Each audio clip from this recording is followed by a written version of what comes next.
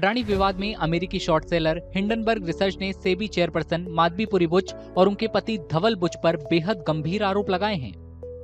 Hindenburg की नई report में आरोप लगाया गया है कि माधवीपुरी बुच का स्टेक उन ऑफशोर फंड में था जिसने अडानी ग्रुप में पैसे इन्वेस्ट किए थे। रिपोर्ट में बताया गया है माधवीपुरी बुच का ऑफशोर फंड में इन्वेस्टमेंट था, जिससे लगता है कि वायर कार्ड घोटाले से उनका संबंध हो सकता है। इसके अलावा ये भी दावा किया गया है कि 2022 में सेबी चीफ बनने से कुछ समय पहले माधवीपुरी बुच ने संभवतः जांच से बचने के लिए पति धवल बुच के साथ किए जॉइंट इन्वेस्टमेंट से खुद को अलग कर लिया था। कि सेबी ग्रुप की जो चेयरमैन है माधवी बुच, उन्होंने और उनके पति ने मिलकर अडानी ग्रुप के किसी फंड में ओवरसीज उसमें इन्वेस्ट किया है, उसमें उनका पैसा लगा हुआ है, इनडायरेक्ट तौर से लगा हुआ है। और उन्होंने ये भी कहा कि सेबी ग्रुप से सेबी के चेयरमैन बनने के बाद वो अडानी से मिली थी। अब मुझे लगता है कि कोई भी एलिगेशन लगाने से पहले और जब दो पार्टीज के बीच में इस तरीके की बातचीत चल रही हो तो दोनों ही तरीके से हम कोई सब्सटेंस नहीं मान सकते हैं उसमें। ये नया विवाद जनवरी 2023 में हिंडनबर्ग की शुरुआती रिपोर्ट के 18 महीने बाद आया है, जिसमें उसने अडानी ग्रुप पर स्टॉक में हेराफेरी और अकाउंटिंग फ्रॉड का आरोप लगाया गया था, जिसे अडानी ग्रुप ने खारिज कर दिया था। आलोचकों का कहना है कि आरोपों की सेबी जांच कंक्लूसिव नहीं है।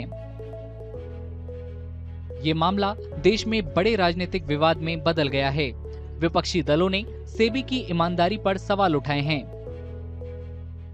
Over the last few years, larger and larger numbers of people have been investing in India's stock market. They invest their hard-earned, honestly earned savings in the stock market. And it is my duty as leader of the opposition to bring to your notice that there is a significant risk in the Indian stock market because the institution that governs the stock market is compromised.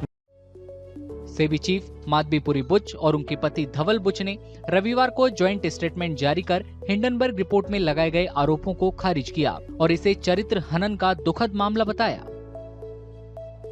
Adani group ने भी Hindenburg report में किए गए दावों का खंडन किया है।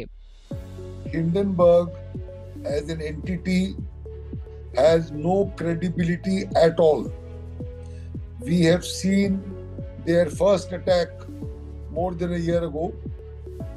The idea is to create a sensation, create instability in the stock market, create a volatile situation, and then try and make a profit out of that by short selling, etc. And that is their avowed object.